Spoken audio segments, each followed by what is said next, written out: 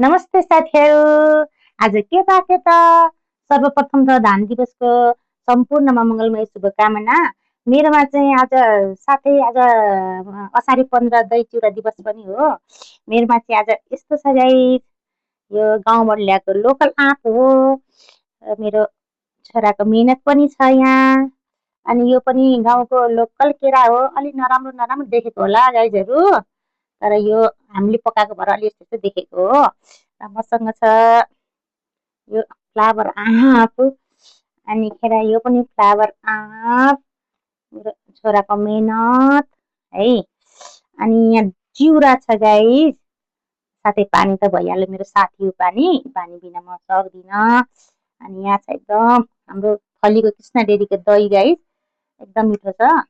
हजुरहरूले के खानुभयो? म चाहिँ दही चिउरा आँप केरा खान जाँदैछु ल। मेरो फेभरेट पनि हो यो दही। हाम्रो गाउँतिर चाहिँ यस्तै खाने चलन छ कि साथीहरू। असारी 15मा खान त सधैँ खाइन्छ, तर पनि असारे 15 विशेष हाम्रो चाड जस्तो भनौँ न, धान दिवस, राष्ट्रिय धान दिवस। राष्ट्रिय धान दिवसको दिन चाहिँ साथीहरू हाम्रो गाउँतिर चाहिँ, हाम्रो विशेष सिन्धुलीतिर चाहिँ दही चिउरा खाने चलन छ। यसरी दही चिउरा केरा मुछेर साथीहरू खाएँ ल, हजुरहरू पनि खानु होला ल।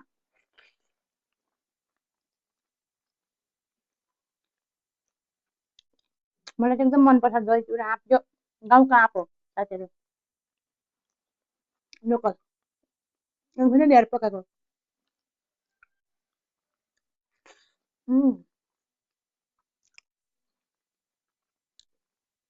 यसमा चाहिँ चिनी हालेको छैन दहीमा, यत्तिकै खाने हो।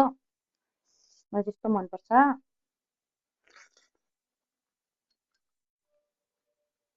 एकदमै मुखै खाए पनि खाइहाल्छ साथीहरू। यो यसमा औषधि छैन क्या, यता बेच्न राखेको चाहिँ औषधि हालेको हुन्छ, बोक्रा नखानु। हाम्रो गाउँमा चाहिँ अब हामीले आफैले पकाएको नि त, बोक्रा खाए पनि केही हुँदैन।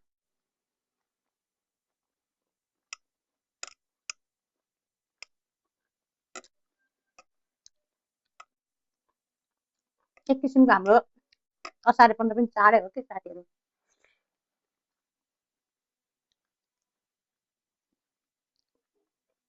मेरो जेठी दिदीले किनेर आँप पठाइदिनु भएको।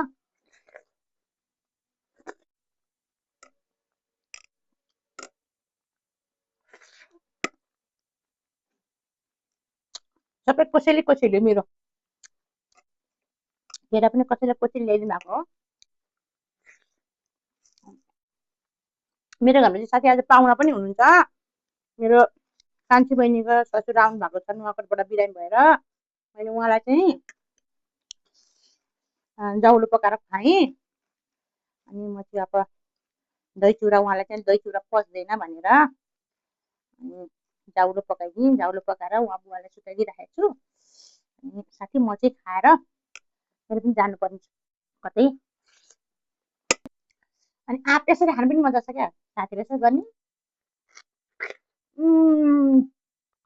बच्चामा त म त रुखमा चढेर पनि यसो खाइदिन्छु साथीहरू। आफ्नै रुख दियो, रुखमा चढ्ने, काँचै खाइदिने यसरी, छान्नी छान्नी आफ्नै रुखबाट। हजुरहरूको रुख नभए नि किनेर भए नि खानु होला ल। हामी चाहिँ खासै यता काठमाडौँतिर किनेर खाँदैनौँ, बिसारीहरू हालेर पकाउँछ अरे भन्ने सुनेर डर लाग्छ। सबैभन्दा ठुलो डरै हुन्छ साथीहरू, त्यही भएर म चाहिँ खाँदिनँ नि, गाउँबाटै पठाइदिनुहुन्छ अनि मात्रै खान्छु।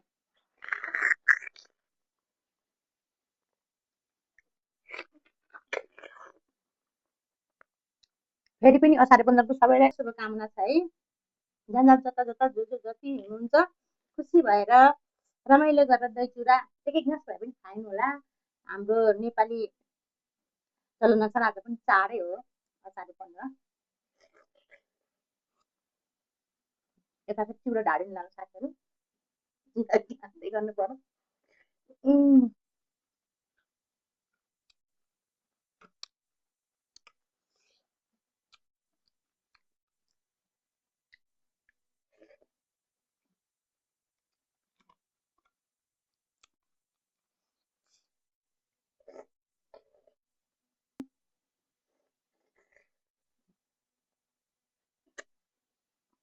र हजुरहरूमा आज मेरो भिडियो आइपुग्यो भने लाइक सब्सक्राइब सेयर गरिदिन अल्छी नमानिदिनु होला ल,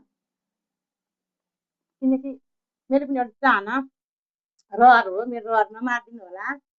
सबैले मन नपरे तापनि एउटा लाइक सेयर चाहिँ गरिदिनुहोस्।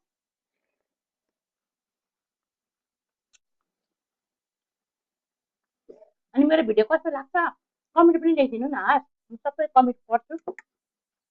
कस्तो लाग्छ प्रतिक्रिया दिनु होला, हजुरहरूको प्रतिक्रियाको आशामा छु।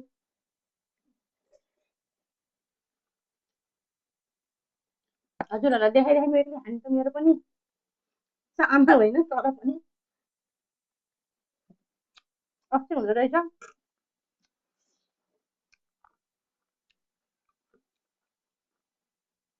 हजुर पनि जाँदा जस्तो भयो नि, एक गाँस दुई गाँस जति हुँदैन, सबैलाई खानु मिल्दैन, कसैलाई हुँदैन दही खाना, कसैलाई आँप खानु हुँदैन, कसैलाई के खाना केरा खाना हुँदैन भन्ने हुन्छ। तर पनि हाम्रो चाडको रूपले एक गाँस भए पनि खाइदिनु सबैले।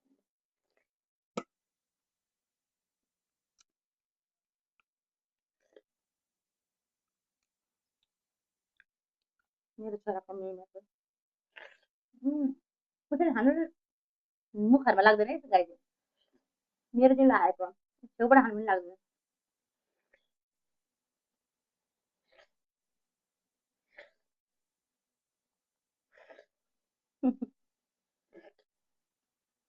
मेरो भाइ यस्तै साथीहरू घिन्न मान्दिनँ हा। मेरो बुवा सुतेर हेरिरहनु भएको,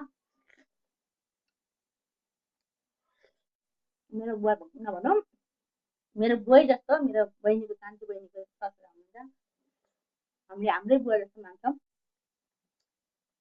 छोरीले के गरी मलाई चाहिँ जाउला खानु दिएर आएको चाहिँ दुधतिर खाएँ भन्नुभयो कि हेरिरहनु भएको, एक्लै बोल्छे भन्नुभयो होला बुवाले।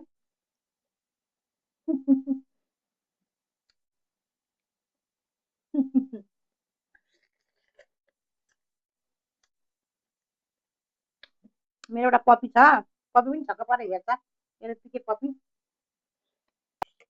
त्यस्तै छ साथीहरू है। अब आजको खाना चाहिँ म यति नै खान सक्छु, यहाँबाट धेर खाइन। अब एउटा खाइदिन्छु, जस्तो आफूलाई चम्चा निकालेर खानुभयो नि हुन्छ। गाउँबाट ल्याएर पकाएर आफैले पकाएको भएर होला एकदम मिठो हुन्छ है साथीहरू, पकाउँदैन यसले। बजारमा किनेको चाहिँ घाँटी चिचिर गर्छ नि त, उसले गर्दैन, बोकेर खायो भने केही पनि हुँदैन यसले। हात लाग्छ। हेर्नुहोस् जस्तो बनाएर पनि खान सक्नुहुन्छ, कति राम्रो छ।